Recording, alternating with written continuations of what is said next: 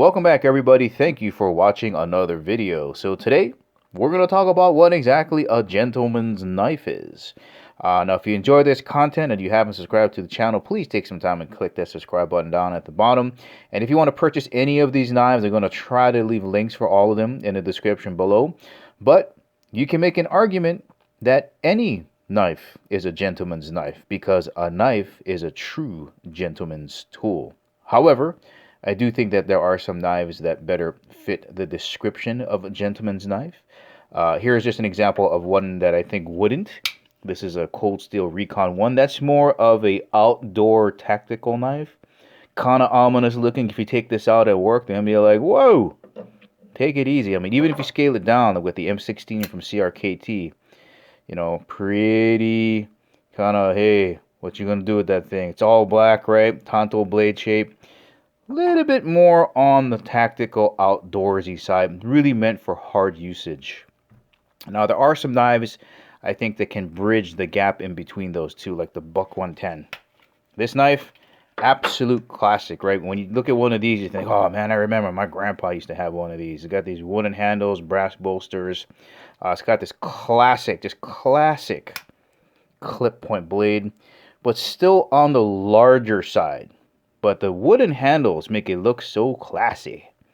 Now, if the size bothers you, they do make a 112 Ranger that's a little bit smaller, down to the 55 that's even tinier. It's about the size of the inside of this wood here. But a little bit heavy. So what Buck has done is they've tried to update and bring the 110 into the gentleman's category, or just kind of modernize it a little bit. And they've really slimmed it down a ton. So this is the 110 Slim. Let me show you just how slim that is here compared to this guy here. Okay, take a look at that. All right.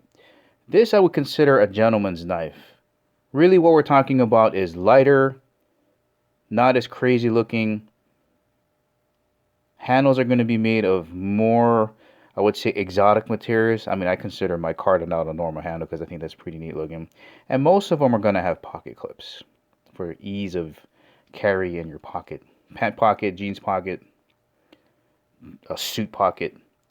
But even in that, you can see just the size difference there. All right. This also does come in 112 as well. Got a thumb stud opener. Steel type, really doesn't matter. This is S30V. But same clip point design, but that could still be a little bit intimidating if you take that out. So I think the 112 for most people that have office jobs would be okay. But I mean, you can just see the difference between something like that and something like that. Okay, so that's kind of the beginning there. That's kind of the beginning. Now, once you get into this, right? You can see how something like the M Custa knife review that I just did. Ironwood handles, Damascus blade, spear point. This could still be a little bit crazy looking to some people, but it's a beautiful knife. This is not going to get hard usage. Get the pocket clip on that. Liner lock on the inside, very easy to close. Right, very easy to close. But still, you can see the similarities between these two. And even the Smooth Criminal. From MKT, aluminum handles, S30 VN. I'm sorry, this is the newer version. This is the S35 VN blade. Drop point.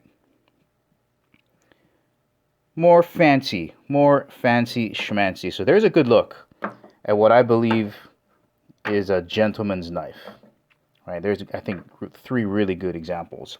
Now within the gentleman's knife category, there's a subcategory that has come up, and basically what I think they've done is they've taken the pen knife and they've turned it into a folder, and now you have these beautiful knives like this. This is the CEO Compact. It comes in a full version, but they've taken the pen knife and made it a folder. I mean, that is a pen. That's the exact same size as a pen. So that's the CRKT CEO Compact. And CRKT has a ton of them. Here's a Crossbones from last year. You know, just really nice handles. It's meant to be an accessory. Not going to get a lot of hard usage. Here's the new Facet that I just did a review on. And I've done reviews on all of these knives. I'll try to leave links for all of them. But look at that, right? Can you see the similarities in the size of the handles? This next knife is old, but it's my favorite. Out of all of the CEO, or excuse me, the executives that I use, it's going to be this one, even above all the CEOs that they have. They have so many different varieties. I love the blade profile on this one, right? Some people call that a sheep's foot or a Wharncliffe. Okay, I love that shape. Simply because when you're poking into things, that has the point to kind of get in there and slice, versus having an upswept tip like this where it's a little bit more difficult to get down in and pull across. Another reason I like that is the pocket clip is kind of rounded there, so it doesn't really tear up your pocket. Love this window. Well, we can see how this is meant to be more of an accessory when you're wearing a suit, right? A little bit smaller, it disappears in your pocket, it's pretty lightweight, you're not even going to notice it's there.